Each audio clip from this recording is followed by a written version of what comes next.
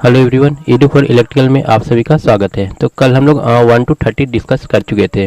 तो आज हम लोग को देखना है 31 to 60, 31 से 60 क्वेश्चन देखेंगे। तो इसको स्टार्ट करें उससे पहले आपको जो बेसिक थ्योरी है इस चैप्टर का एक बार फिर से रिवाइज करा देते हैं। प्रीवियस जो 30 क्वेश्चन था कमो बेस इसी 4 फार्मूला पर बेस्ड था। फॉर्म फैक्टर क्या होता है? होता है V RMS by V average, और इसका वैल्यू 1.11 होता है साइनसॉइडल वेव के लिए। पीक फैक्टर क्या होता है? भी मैक्सिमम बाई भी आरएमएस, इसका वैल्यू होता है 1.414। ये बिल्कुल याद रखना चाहिए, ये पूरा जवान पर होना चाहिए ये सारा फॉर्मूला। उसके बाद भी आरएमएस होता है वी एम बाई √2, इसको बोल सकते हैं, या फिर 0.707 इंटू भी मैक्स से भी याद रख सकते हैं। और भी जो एवरेज होगा वो हम लोग हो जाएगा 2/π VM, ठीक है, या फिर इसको 0.637 भी मैक्स है याद रख सकते हैं। इसको घुमा फिरा कर क्वेश्चन कर लेता है, ठीक है। फॉर एग्जांपल आपको VM दे देगा, VM देने के बाद आपसे पूछेगा कि भी एवरेज का वैल्यू क्या होगा, तो हम लोग क्या करेंगे? VM is equal to π/2 into भी एवरेज। उसी तरह से यहाँ पर साइनसॉइडल के लिए आपसे पूछ सकता है कि भी मैक्सिमम का वैल्यू क्या होगा यदि भी आरएमएस गिवन है, तो भी आरएमएस दे देगा क्वेश्चन में, तो हम लोग आसानी से क्रॉस मल्टीप्लीकेशन करके वैल्यू निकाल सकते हैं। और भी मैक्सिमम क्या होता है इस इक्वेशन से? भी equal to V M sine omega T. यहाँ से हम लोग भी जो यहाँ पर जो भी साइन के साथ जो भी टर्म लगा हुआ है वो हम लोग का मैक्सिमम वैल्यू होता है। उसी से हम लोग आरएमएस एवरेज जो निकालना होता है निकाल लेते हैं, ठीक है। फॉर्म फैक्टर सारा कुछ आप निकाल सकते हैं इन चारों फार्मूला का यूज करके। अब चलते हैं आज का डिस्कशन, आज के क्वेश्चन पर आते हैं। तो आज का पहला क्वेश्चन मतलब कि 31 नंबर क्वेश्चन क्या है? एसी को किसके द्वारा हम लोग आसानी से घटाया या बढ़ाया जा सकता है? किस चीज़ की हेल्प से हम लोग एसी को कम या ज़्यादा कर सकते हैं, ठीक है। तो यहाँ पर कम या ज़्यादा करने की बात कर रहा है। दो चीज़ कर सकते हैं, एक एसी को डीसी में कन्वर्ट कर सकते हैं और डीसी को एसी में कन्वर्ट कर सकते हैं। और यहाँ पर घटाने बढ़ाने की बात कर रहा है, मतलब कि पावर करंट और वोल्टेज को, ठीक है, एसी में करंट और वोल्टेज को घटाया या बढ़ाया जा सकता है। और किसकी मदद से? ट्रांसफार्मर की मदद से। कन्वर्टर क्या करता है? अच्छा, यहाँ पर एक क्वेश्चन है, कन्वर्टर और रेक्टिफायर, इन दोनों में फ़र्क क्या है, ठीक है। तो कन्वर्टर किसी भी चीज़ को जो एसी से डीसी या डीसी को एसी में कन्वर्ट करने वाला कोई भी डिवाइस होगा तो उसको हम कन्वर्टर बोलेंगे, ठीक है। जैसे फॉर एग्जांपल इन्वर्टर क्या है? इन्वर्टर है, ये कन्वर्ट करता है आपको डीसी को एसी में, इसको भी क्या बोलेंगे? कन्वर्टर बोलेंगे। रेक्टिफायर क्या करता है? रेक्टिफायर कन्वर्ट करता है एसी को डीसी में, तो ये भी हमारा एक टाइप का कन्वर्टर है, ठीक है। पर AC to DC converter, AC to DC converter को हम लोग बोल सकते हैं रेक्टिफायर, रेक्टिफायर बोल सकते हैं। कन्वर्टर में कोई भी आ जाएगा, एसी से डीसी में कन्वर्ट कर रहे हो या डीसी से एसी में, मतलब कि इन्वर्टर और रेक्टिफायर दोनों किसका पार्ट है? कन्वर्टर का पार्ट है। दोनों दोनों कन्वर्ट करने का काम करता है। कोई एसी को डीसी में कन्वर्ट करता है, कोई डीसी को एसी में। अब यहाँ पर अगर हम बोल रहे हैं एसी से डीसी कन्वर्टर, तो यहाँ पर साफ हो गया कि हम कोई ऐसे डिवाइस के बारे में बात कर रहे हैं जो एसी को डीसी में कन्वर्ट करेगा, तो वो काम सिर्फ और सिर्फ रेक्टिफायर करता है। इन्वर्टर क्या करता है? अपोजिट करता है, डीसी को एसी में कन्वर्ट कर देता है। मतलब कि अगर हमारे पास बैटरी है और उससे हम लोग को एसी वाला चीज़ कोई चीज़ चलाना है, फॉर एग्जांपल अगर मान लेते हैं हम लोग को लैपटॉप चलाना है, लैपटॉप या फिर 100 वाट का फैन चलाना है, तो उसके लिए हम क्या करेंगे? इन्वर्टर लगाएंगे, बैटरी को बैटरी की हेल्प से 12 वोल्ट को कन्वर्ट कर देंगे एसी में, और उसके बाद हम लोग आसानी से चला सकते हैं। तो उसके बाद आते हैं क्वेश्चन नंबर 32। यहाँ पर घटाने बढ़ाने की बात कर रहा था, तो इसलिए हम लोग आंसर ट्रांसफार्मर देंगे। शुद्ध प्रतिरोधी परिपथ में शक्ति गुणांक कितना होता है? तो यहाँ पर प्रतिरोधी परिपथ की अगर हम बात करें, शुद्ध प्रतिरोधी, तो यहाँ पर वोल्टेज और करंट दोनों एक साथ होता है। मतलब कि जो फाई जो एंगल है, जो कि वोल्टेज और करंट के बीच का एंगल होता है, वो 0 होगा।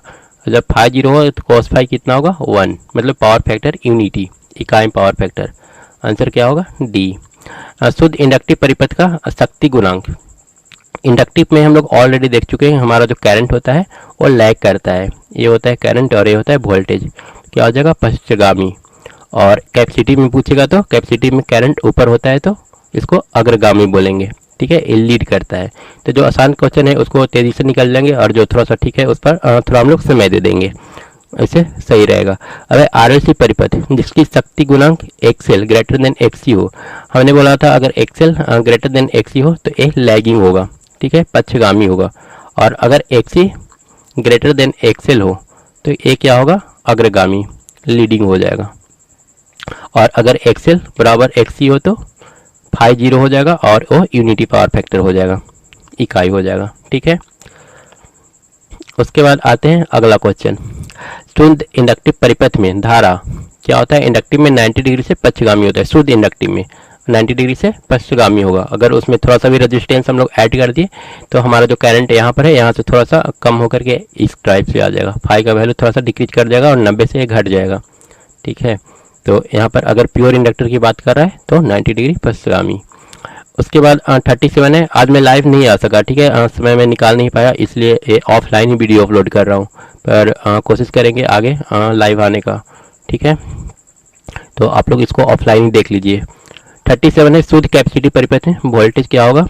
वोल्टेज पूछ रहा है, तो वोल्टेज कैपेसिटी परिपथ में। ठीक है, तो कैपेसिटी में क्या होता है? करंट ऊपर होता है और यहाँ पर वोल्टेज होता है।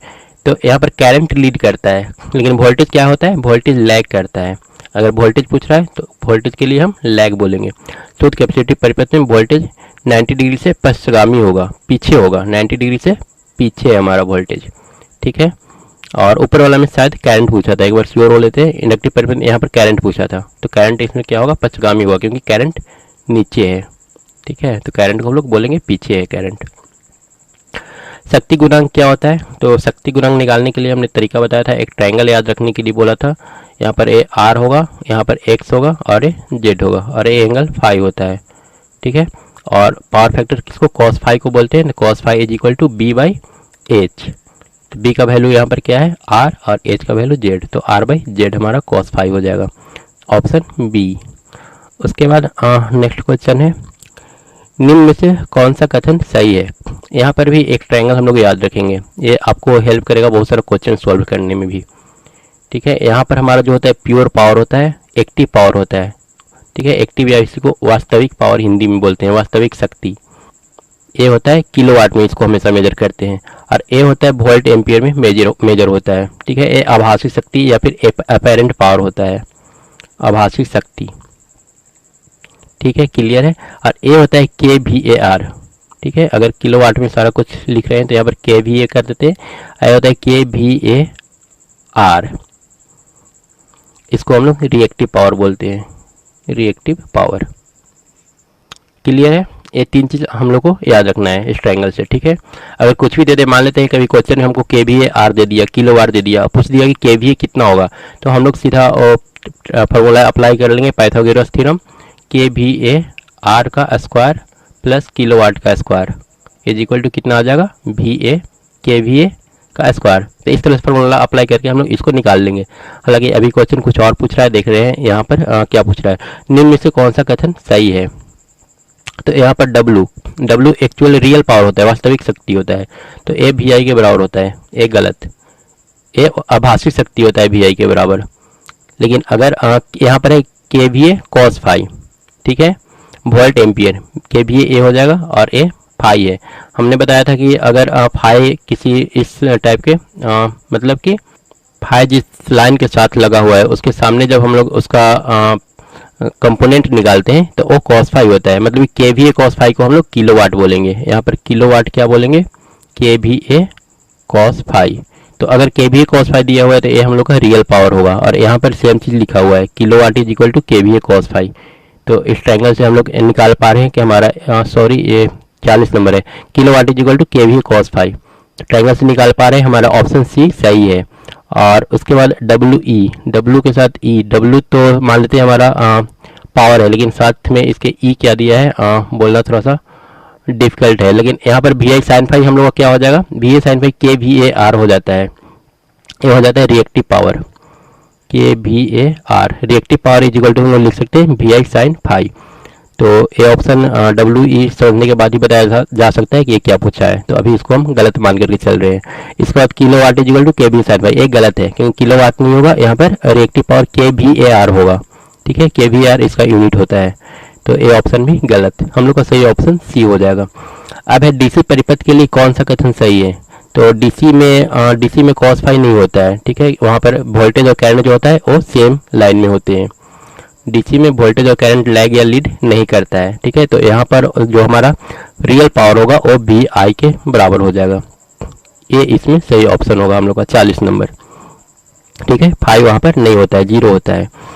उसके बाद आते हैं क्वेश्चन 41 में, आवृत्ति के घटने से परिपथ का इंडक्टिव घात पर क्या असर पड़ेगा। तो एक्सएल बराबर ए का भी जानता सिंपल है 2 पाई एफ इंटू एल। सिंपल है, फ्रीक्वेंसी बढ़ेगा तो एक्सएल क्या होगा, बढ़ेगा। और उसके बाद है आवृत्ति के बढ़ने से परिपथ का संधारित्र घटेगा, इसमें अपोजिट होता है। ठीक है, एक्सी क्या हो जाएगा 1/2 पाई एफ इंटू सी, इनवर्सली प्रोपोर्शनल होता है। फ्रीक्वेंसी अगर बढ़ेगा तो एक्सी घटेगा और एक्सी बढ़ेगा तो फ्रीक्वेंसी घटेगा। ठीक है, तो यहाँ पर फ्रीक्वेंसी बढ़ रहा है तो एक्सी क्या हो जाएगा, घट जाएगा। यदि शुद्ध इंडक्टिव परिपथ की आवृत्ति आधी हो जाए तो परिपथ की धारा पर क्या इफेक्ट पड़ेगा। यहाँ पर है आवृत्ति अगर आधा होगा, यहाँ पर इंडक्टिव परिपथ है तो फ्रीक्वेंसी अगर आधा होगा, ठीक है, फ्रीक्वेंसी हाफ हो गया तो एक्सएल का वैल्यू भी क्या हो जाएगा, हाफ हो जाएगा। तो जब रेजिस्टेंस घटेगा तो हमारा क्या होगा, करंट बढ़ जाएगा। करंट कितना हो जाएगा, दोगुना हो जाएगा। रेजिस्टेंस कम होगा तो करंट का वैल्यू दोगुना हो जाएगा, बढ़ जाएगा। उसके बाद 100 आवृत्ति वाली प्रत्यावर्ती धारा पर कैपेसिटर द्वारा 25 ओम का रिएक्टेंस लगाया जाता है। क्या क्या दिया है, एक्सी का दिया वैल्यू दिया हुआ है 25 और फ्रीक्वेंसी दिया है कितना 100। हम लोग क्या जानते हैं, एक्सी जो होता है इनवर्सली प्रोपोर्शनल होता है फ्रीक्वेंसी का। तो जब भी इनवर्सली रहे तो हम लोग एक टाइप का रिलेशन लिख सकते हैं, XC1/XC2 is equal to, inversely तो उल्टा कर देंगे F2/F1। अगर डायरेक्टली रहे तो हम लोग सीधा लिखते हैं F1/F2। ठीक है, अब यहाँ पर सारा वैल्यू हम लोग ले लेते हैं। XC1 कितना है 25 और XC2 निकालना है। ठीक है, और F2 कितना है, F2 50 है और F1 कितना है, F1 स्टार्टिंग में 100 दिया हुआ है। तो इसको सोल्व कर लेंगे तो XC का वैल्यू कितना आ जाएगा 25 इंटू 2 मतलब कि 50। तो आंसर क्या आ रहा है 50 ओम। परिपथ का थीटा गुणांक R/Z हम लोग ऊपर में ही डिस्कस कर चुके हैं।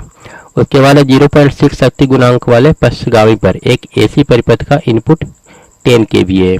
एक फिर से अच्छा क्वेश्चन दिया है। ठीक है, यहाँ पर cos फाई का वैल्यू कितना दे दिया है 0.6 और 10 kVA दिया हुआ है। इनपुट दिया है 10 kVA। kVA मतलब कि V इंटू आई, एक क्या दिया हुआ है आपका VI का वैल्यू दिया हुआ है 10। ठीक है, और cos फाई दे दिया है। तो यहाँ पर पूछ रहा है कि एक्चुअल पावर किलोवाट क्या होगा। तो एक्चुअल पावर हम लोग उस ट्रायंगल से अभी हमने देखा था, ट्रायंगल इस टाइप से होता है। ए होता है किलोवाट और ए होता है KVAR, सॉरी KVA, और यहाँ पर फाई होता है। तो हम क्या बोलते हैं KVA cos phi is equal to kilowatt, क्योंकि इसके साथ लगा हुआ है तो cos और इसके एंगल से जो दूर है वो साइन होता है। तो सिंपल यहाँ पर हम लोग क्या यूज करेंगे, kilowatt is equal to KVA cos phi. KVA का वैल्यू कितना है 10 और cos फाई का वैल्यू 0.6, कितना आ रहा है 6 आ रहा है आंसर मल्टीप्लाई करने के बाद। आंसर क्या हो जाएगा A6। क्लियर है। इसके बाद 47 है, किसी ऐसी परिपथ धारा द्वारा ली गई आभासी शक्ति 20 kVA है। फिर से उसी टाइप से ट्रायंगल बना लेते हैं। यहाँ पर क्या क्या दिया हुआ है 20 kVA दिया हुआ है, वोल्ट इंटू एम्पियर ए हो जाएगा 20 kVA और KVAR कितना दिया हुआ है 12 kVAR। और उसके बाद निकालना क्या है वास्तविक शक्ति, किलोवाट हम लोग को निकालना है। तो क्या करेंगे, सेम फार्मूला लगा लेंगे पाइथागोरस थ्योरम वाला, 12 का स्क्वायर प्लस किलोवाट का स्क्वायर इज इक्वल टू 20 का क्या हो जाएगा स्क्वायर। तो ये आ जाएगा 144 plus kilowatt square is equal to ये 400 आ जाएगा। ठीक है, और kilowatt square is equal to कितना आएगा 400 माइनस 144 144। इसको माइनस करने के बाद कितना आने वाला है 266, शायद 266 या 56 कुछ इस टाइप से आएगा। ठीक है, इसका पूरा स्क्वायर निकालना डिफिकल्ट है। ठीक है, यहाँ से किलोवाट का वैल्यू कितना आ जाएगा अंडर 256। तो आंसर हम लोग का पॉइंट में आने वाला है। यहाँ पर 16 में 16 से मल्टीप्लाई करें तो हम लोग का आ रहा है 256। तो यहाँ पर आंसर क्या हो जाएगा 16 किलोवाट। कितना आंसर होगा 16 किलोवाट, सी इसका सही आंसर हो जाएगा। ठीक है, उसके बाद आते हैं क्वेश्चन नंबर 48। रिएक्टिव पावर की यूनिट है, रिएक्टिव पावर का यूनिट क्या हो जाएगा। तो रिएक्टिव पावर हम लोग कई बार देख सकते हैं, एक्टिव पावर, रिएक्टिव पावर और ए आभासी।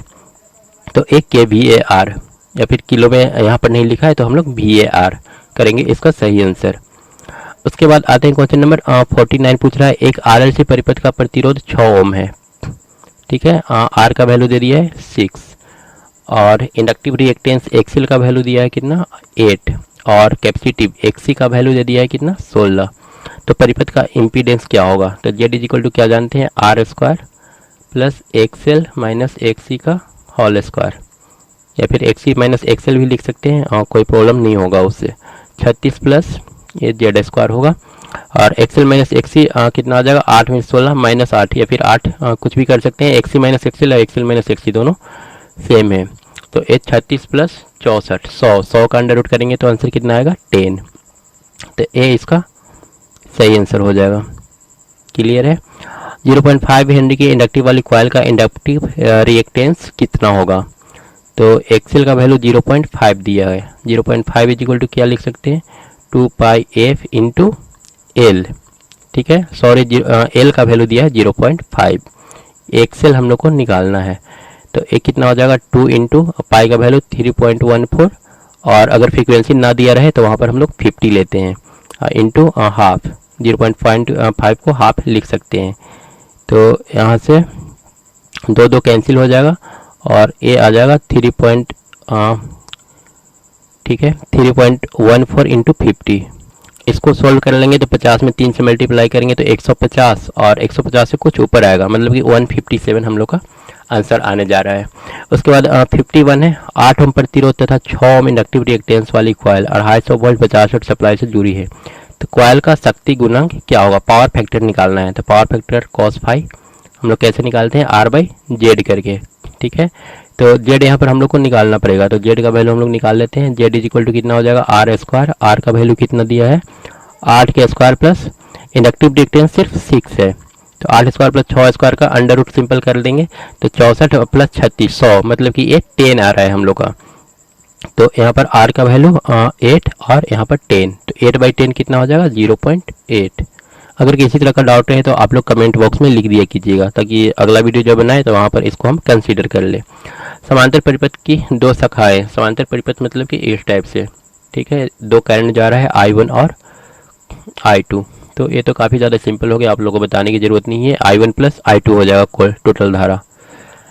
शाखा का कंडक्टेंस, कंडक्टेंस हम लोग 1 बाई रेजिस्टेंस को कंडक्टेंस बोलते हैं, और ये तो थ्योरी के समय हमने बता दिया था। ससेप्टेंस क्या बोलते हैं 1/x को, 1 बाई रिएक्टेंस को ससेप्टेंस बोलते हैं। एक्चुअली होता क्या है Z equal to R plus I into X, और वाई इज इक्वल टू हो जाएगा जी प्लस आई बी। ठीक है, ये हमारा रिएक्टेंस होता है और इसका उल्टा ये ससेप्टेंस होता है। रेजिस्टेंस होता है, ये कंडक्टेंस होता है, ये इम्पीडेंस होता है और ये एडमिटेंस होता है। तो इस तरह से सारा कुछ याद रख लेना है, सारा का उल्टा। दी गए चित्र में दर्शाए गए परिपथ की कुल धारा कितनी होगी, तो 3 है ऊपर और 4 नीचे, टोटल कितना हो जाएगा 7। काफ़ी सिंपल था। और उसके बाद है 56, टोटल पावर क्या होगा, तो पावर जो एवरेज पावर होता है, रेजिस्टेंस में एवरेज पावर 0 होता है, सॉरी इंडक्टेंस या कैपेसिटर में, इंडक्टर या कैपेसिटर में एवरेज पावर लॉस 0 होता है। जब भी इस टाइप का निकालने के लिए दे तो हम लोग इसको काउंट नहीं करेंगे, कैपेसिटर वाला को काउंट नहीं करेंगे और इंडक्टर वाला को काउंट नहीं करेंगे। यहाँ पर दे रखा है क्या आर cos फाई, और यहाँ पर भी दे रखा है I2 तो करंट फ्लो कर रहा है, cos फाई 2 दे रखा है यहाँ पर cos फाई 1 दे रखा है। ठीक है, तो रेजिस्टेंस का वैल्यू ठीक है, और यहाँ पर ठीक है आर रहेगा, और इसमें जो करंट फ्लो कर रहा है वो I1 है और इसमें करंट I2 है, और यहाँ पर जब पैरेलल में लगा हुआ है तो वोल्टेज दोनों के क्रॉस सेम होगा। तो टोटल पावर कितना हो जाएगा VI1 cos phi plus VI2 cos phi 2। ठीक है, हम लोग इसको काउंट नहीं करेंगे, इंडक्टर वाला को बिल्कुल काउंट नहीं करेंगे, सिर्फ रेजिस्टेंस को करेंगे। उसके बाद अगला क्वेश्चन है 57, परिपथ कुल admittance y is equal to हमने अभी क्या बताया g प्लस आई बी। तो इसका जब मैग्नीट्यूड लिखेंगे तो क्या हो जाएगा जी स्क्वायर प्लस बी स्क्वायर का अंडर रूट। तो आंसर हो जाएगा बी। भी वोल्टेज सप्लाई पर 3 शाखाएं समांतर में जुड़ी है, कौन सा परिमाण सेम होगा, तो पैरेलल में कौन सा वोल्टेज इक्वल होता है। ठीक है, पैरेलल में अगर 3 लगा हुआ है रेजिस्टेंस या जो भी 3 शाखाएं हैं समांतर में, तो यहाँ पर वोल्टेज तीनों में सेम होगा। 2 फेज सप्लाई में वाइंडिंग और 90 डिग्री होता है और 3 फेज में 120 होता है। तो यहाँ पर कुछ बताने की जरूरत है नहीं, ये आप लोगों को थ्योरी से पता है। ठीक है, और 60 हो चुका है तो आज 60 रहने देते हैं। उसके बाद आगे का क्वेश्चन हम लोग कल से देखते हैं 61 के बाद। तो